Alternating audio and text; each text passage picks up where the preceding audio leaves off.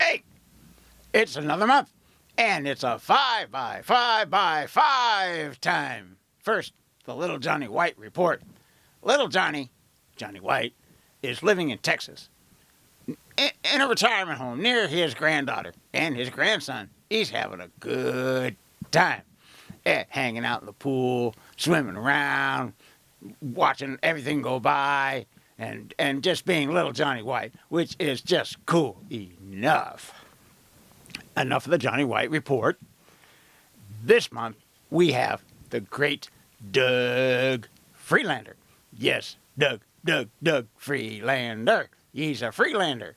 Anyway, he's going to tell some of his stories about his life and his adventures and all the wonderful things he's done and doing. And he's just a great storyteller and an actor and an artist and many other things. And we'd just like to say hi to Nelson, too. Hi, Nelson! Oh, there you are again. I've been waiting for you. Just came in a while ago. I have another story. Let me see. What's here now? Oh, yeah. Oh.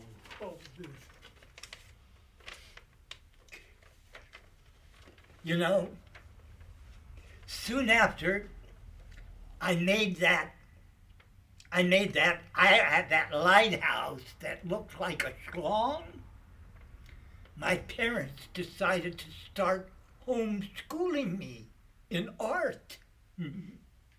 They aimed very high. Life drawing was the first subject, and anatomy. This is the way they did it. My mother had Dad bring home the pictures from the calendars that hung at work.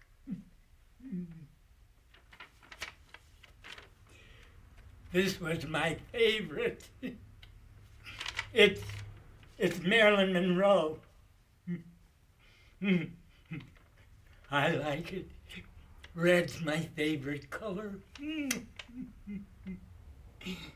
Well, I started practicing drawing her. I drew her every single day, all summer long, over and over and over again, until finally I could draw her without even looking at the calendar. That year, when it was time to go back to school, I entered the 5th grade. Mrs. Mary McGowan was the teacher. She was a widow, a nice lady. We had our school, the 5th grade was in a little wooden bungalow, away from the main part of the school. It was one of those wartime structures that had been built. And we were in there, and she had her desk right in the middle of the room with all of the students around her. It was very innovative. I liked it. Anyway, I sat right behind her, sort of on the left side. Now, we all had these little composition books that we were supposed to put our spelling and vocabulary words in. I wasn't very good at that. My mind wandered a lot. There weren't too many words in my vocabulary book, but there were lots of pictures of M. Well, one day, Mrs. McGowan asked me to spell a word. I couldn't. I just looked at her, and she said, "Doug, you may look at your book." I just looked down at my open book, And she said, "Doug, may I see your composition book?" And I handed it to her, and she started going through the pages at her desk in the middle of the room, and all of the other students were looking over and going,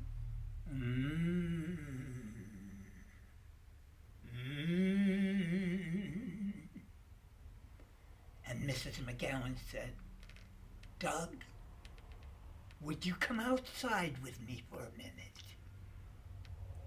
I followed her out. I thought for sure we were going to the principal's office. But she said to me, "Doug, let's sit on the step here for a minute. I'd like to talk to you." And then she said, "Doug, do your parents know that you're drawing these kinds of pictures?" "Oh, yes," I said. "Mama has Dad bring home the pictures from work, and then I draw them. I'm going to be an artist." She said, "Oh, Doug. Well, Doug, I think you have very wise parents, and I think you're very talented. I think someday I'm going to hear a lot about you. But you know, Doug, your composition book is not the place to practice your art. Now, I'd like you to come with me for a little walk around the school, because I would like the other students to think that we're going to go to the principal's office. But between you and me, this will end right here today." Well, I tell you, I counted myself very lucky that I didn't get in trouble that day. And I was aware that I should never do anything like that again. Years later, one night, because I was at that time in high school, and I was the MC and the vocalist for the local accordion band. The lady that was the head of the accordion band was also the head of the women's club. And we were in the banquet room of Burbank's only supper club. And it had, through an entrance on the other side of the building, a piano bar. Well, during the intermission of the program that I was doing in the women's club, I had to go to the bathroom. And the bathroom was in the bar. So I went in, and I went to the bathroom, and I heard the piano playing, and I recognized Mrs. McGowan playing the piano. When I came out of the bathroom, I saw that she was taking a break, and I went up and I said, "Hi, Mrs. McGowan, it's me, it's Doug." And she said, "Oh, yes, Doug, how are you?" And I said, "Oh, I'm fine." I said, "I'm fine." And I said, "You know, Mrs. McGowan, I want to thank you for handling that the way you did way back then." And she said to me, "Oh, Doug, yes, I remember that." And she said, "You know, Doug, I still teach the 5th grade. So if you do me a favor and not tell everyone that you saw me in here playing the piano tonight, I would consider us even." Well, I said I wouldn't, and I never, ever did. Years later, 1963, after Marilyn had died, I had my own apartment then, and I called home and I was talking to my mother. And she said to me, "Oh, Doug, I read some sad news. Your fifth grade teacher passed away. You remember Mary McGowan? I was very sad. I thought it was a shame when Marilyn Monroe had died. But when I heard Mrs. McGowan had passed, I cried. I'm sorry. I have to stop now. And this month's featured artist is Kevin Carmen. Yes, he's been on our show before. He's a 5x5 performer. And he's going to tell us about his art and the things that he does, and what motivates him, and he's just cool. Watch for his podcast. It's coming. The Kevin podcast. And I know somebody's going to be on it. He'll be on it real soon. And enjoy Kevin's little talk and his art and the wonderful things he has to say about the world and himself. Hi, Kevin. Hey, everybody. My name is Kevin Carmen. I'm an artist at Art City Studios. I guess I focus mainly on sculpting stone, but I like to do other things. Words have a distinct fascination with me. I tend to play with them quite a bit. What was my motivation to become an artist? I don't know if there was any like one aha moment. I drew all throughout grammar school and into high school, and then I began to paint, and then I got into other mediums, you know, art expression, rock and roll, and theater, and then I found stone, you know, and then stone became an integral part of that, you know, that group of different mediums that I pursue. I just there maybe was a moment where I realized, I think maybe it was even when I was reading a Henry Miller book, part of the Rosy Crucifixion, and I believe it was Plexus, the last one, and he was on his way over to France with a nickel in his pocket on a steamer, and I was like, that's what I'm doing. It wasn't like, that's what I'm going to do. That's, you know, I was like, that's what I'm doing. And so I'm still doing that. Where my motivation comes from is another one of those tough questions. I'm inspired individually through the different mediums for specific things. But my motivation for art, I think, can be directly equated to the will to life, the will to live. You know, it's a biological process just as strong as that is in me, and it's translated in a continuous striving to create something. Well, you know, I became a performance artist intentionally when I moved to Ventura 10 years ago, and I've been a poet all my life, and I studied theater for many years, and would even do spontaneous performances, but never in a situation where I was invited to, participate in a performance art production like what 5x5x5 is, and so I took what I knew from writing, and I took what I knew from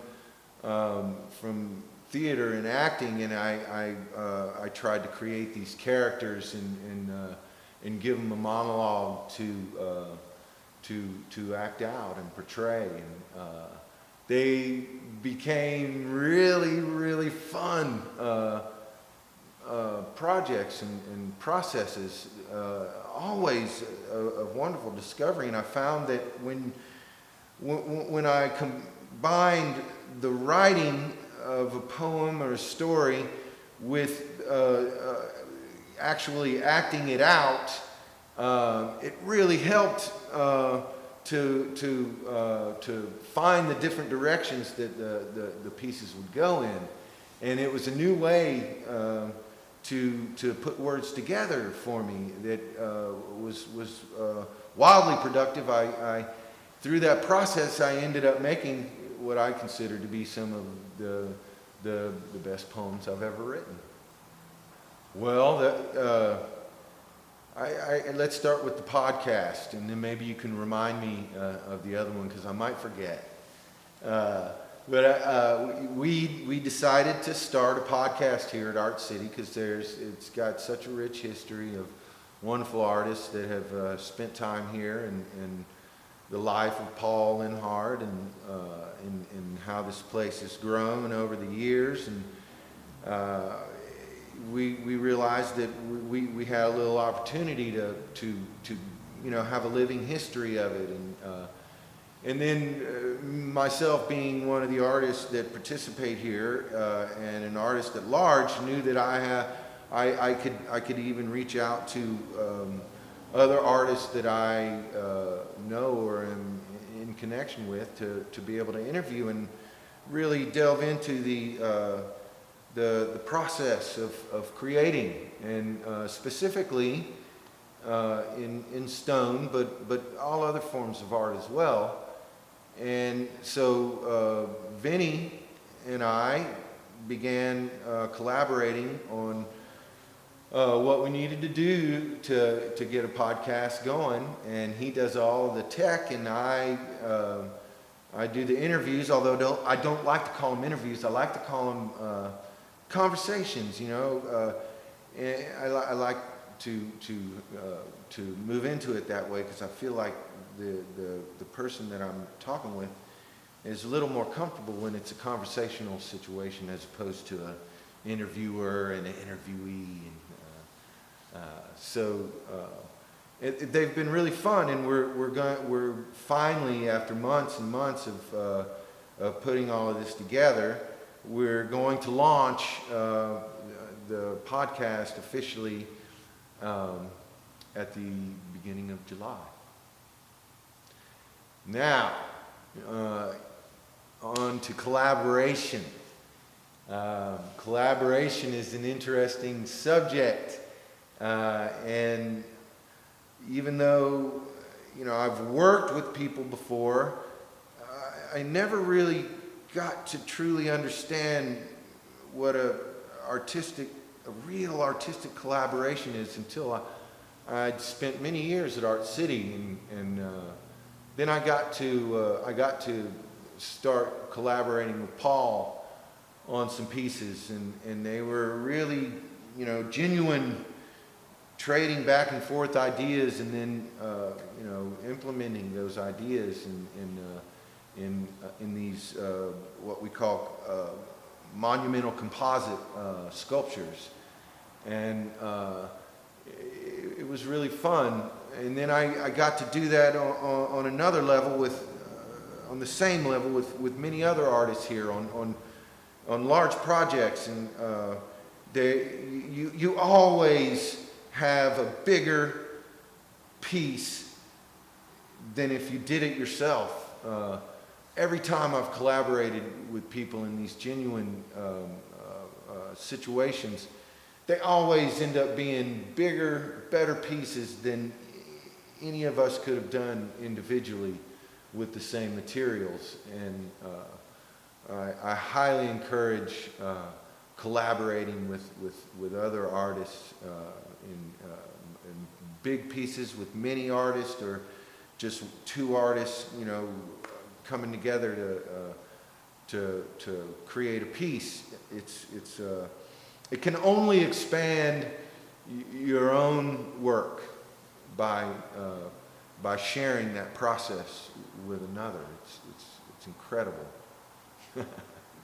In today's archives, we have Phil Taggart, poet laureate, former poet laureate. I can't even say that. Poet laureate. That's just too fancy for me.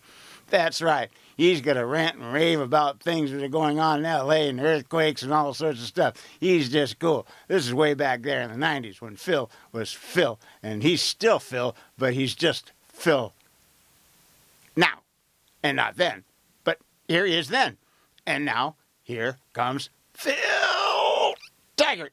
I feel the earth move under my feet. I feel the earth move under my feet. I feel the earth move under my feet. The earth rolls across the desert floor, a rolling thunder wake-up call. Mojave children run during quakes. Ride the earth. California is unstable. Wackos out here. Wacko, wacko, wackos. The 71 quake, or was it 72? A freeway overpass collapses in my rearview mirror.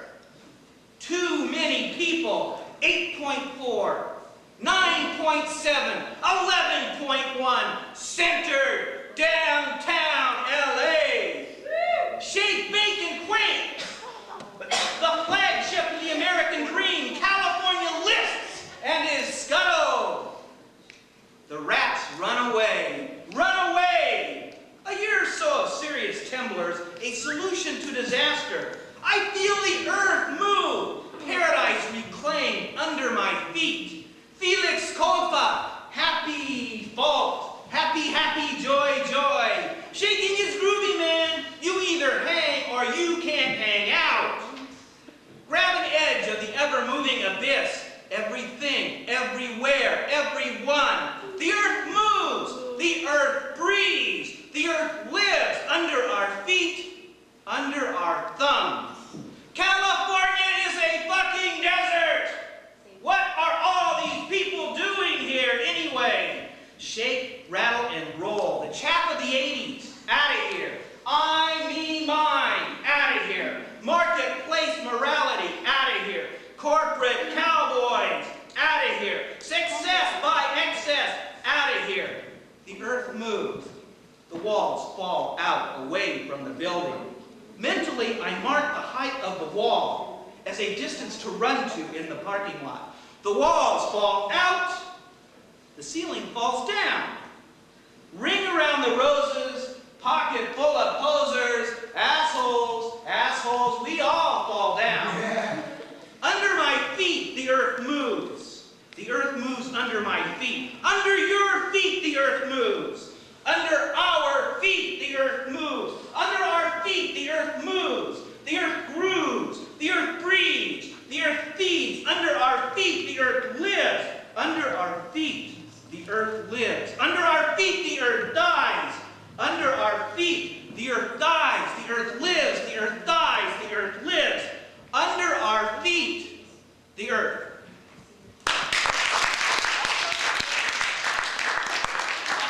And then we have Loni Kate, from Santa Paula. She's a singer, a songwriter, an artist all around. She works in theater, and she's just cool. I've known her for a long time, ever since she was a little tight. And now she's a lady. Yes, she's cute, and she's going to sing us a song. We like Loni Kate.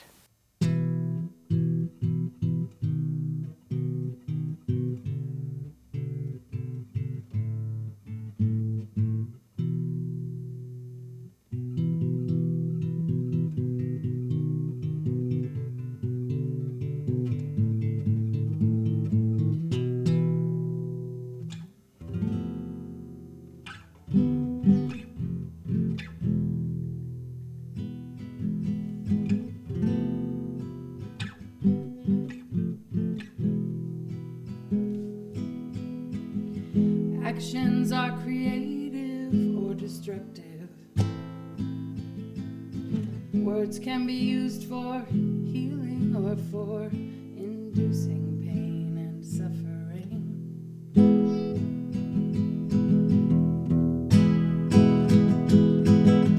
How are you feeling?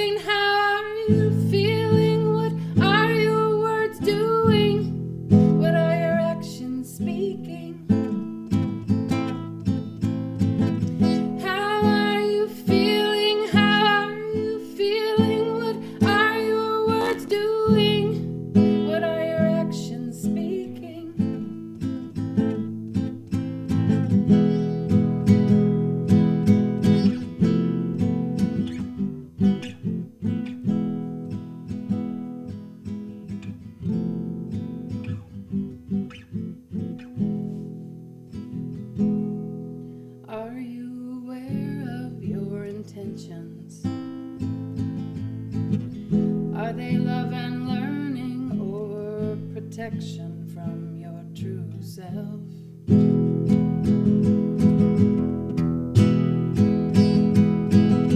Where are you going? Where are you going? What will you be taking? What will you be leaving? Where are you going? Where are you going? What will you be taking? What will you be leaving?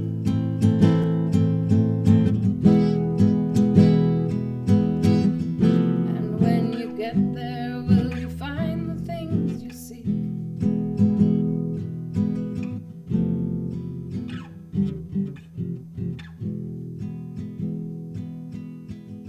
Know that you must choose your contributions. When you have the choice between being right and being kind, choose being kind.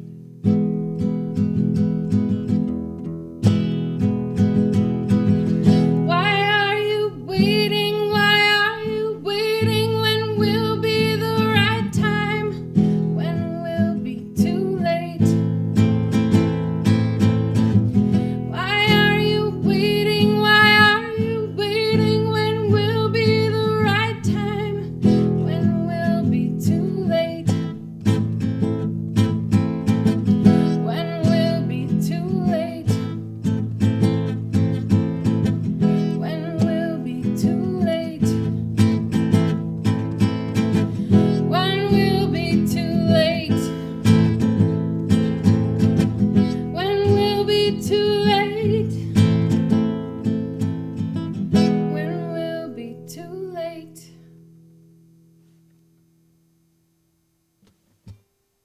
Oh, and finally, well, not finally, somewhere in the lineup, we never know where the lineup's going to go because I don't know. I'm just a puppet. We have M.B. Hanrahan, muralist, artist, dedicated artist, the most artist that I think I know. And she's just cool, and she does performance. She's been in our 5x5s.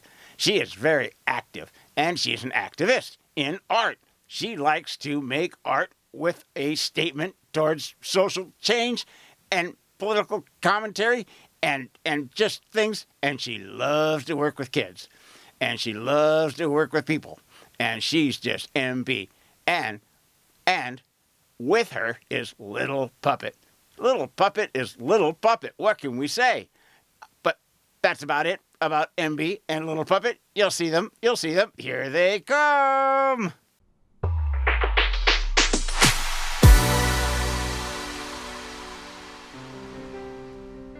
What's wrong, Puppet?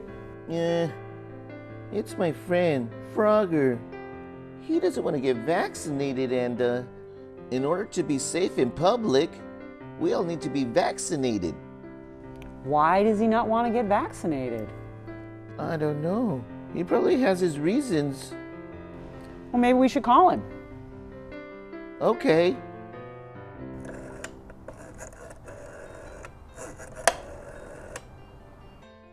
Hey, Frogger.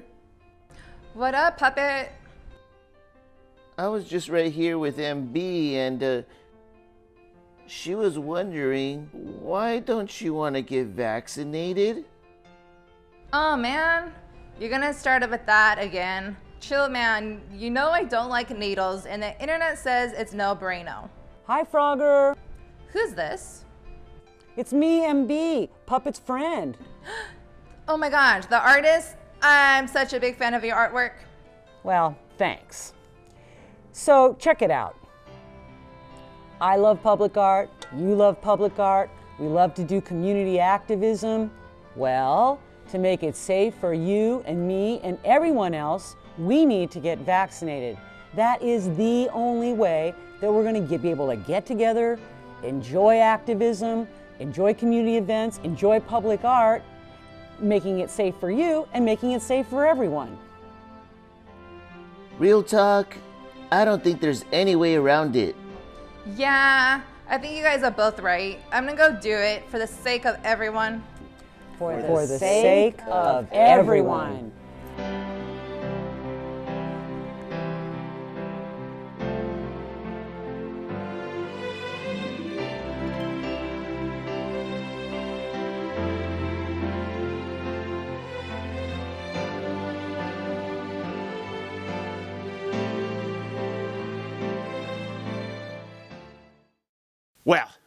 that was our 5x5x5 for July. And I'd just like to say that I had a good time. I hope you had a good time. Did we have a good time? Because you were here, I was here, they were here, and we're all here at the 5x5x5. We will see you next month with more fun, more future artists and actors and singers and everything.